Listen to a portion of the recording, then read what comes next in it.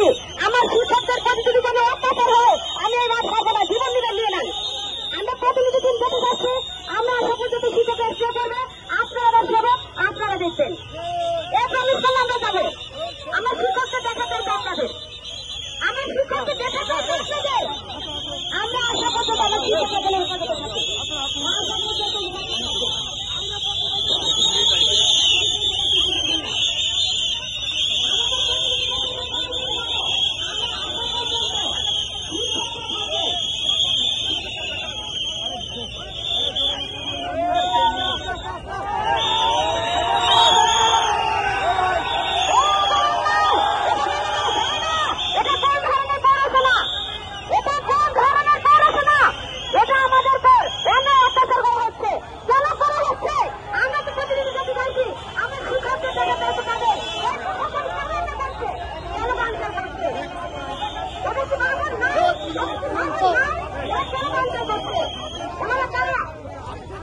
প্রশাসন বাকি জনগণের ক্ষমতার নামে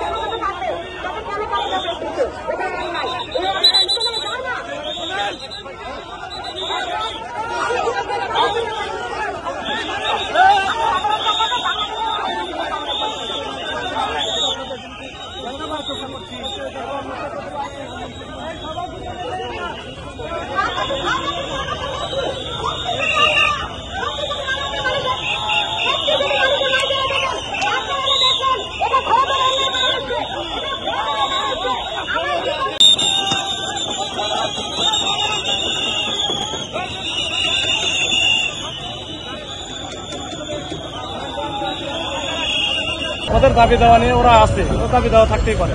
আজকে আমাদের যখন দৃষ্টি আকর্ষণ করলো যে স্যার আমরা হচ্ছে যমুনা বাসভবনের দিকে যাবো, কেন যাবা? তো বলে আমাদের দাবি দেওয়া আদায়ের জন্য।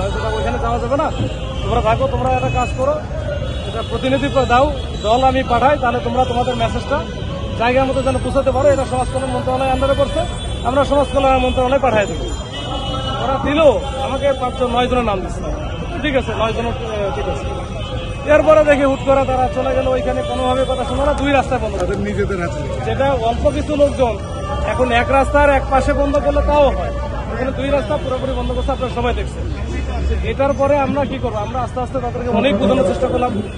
আধা ঘন্টার মতো তারা ওখানে ছিল, তাও কিছু বলি না।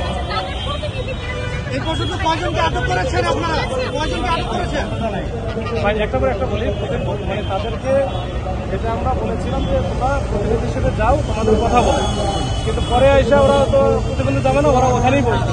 মানে এদের মাথার ভিতরে একটাই ধারণা যে রাস্তার ভিতরে দাঁড়ালেই বা রাস্তা বন্ধ করলেই তাদের দাবি দেওয়া আদায় হবে, এই হচ্ছে তাদের মাথার ভিতরে সেট করা।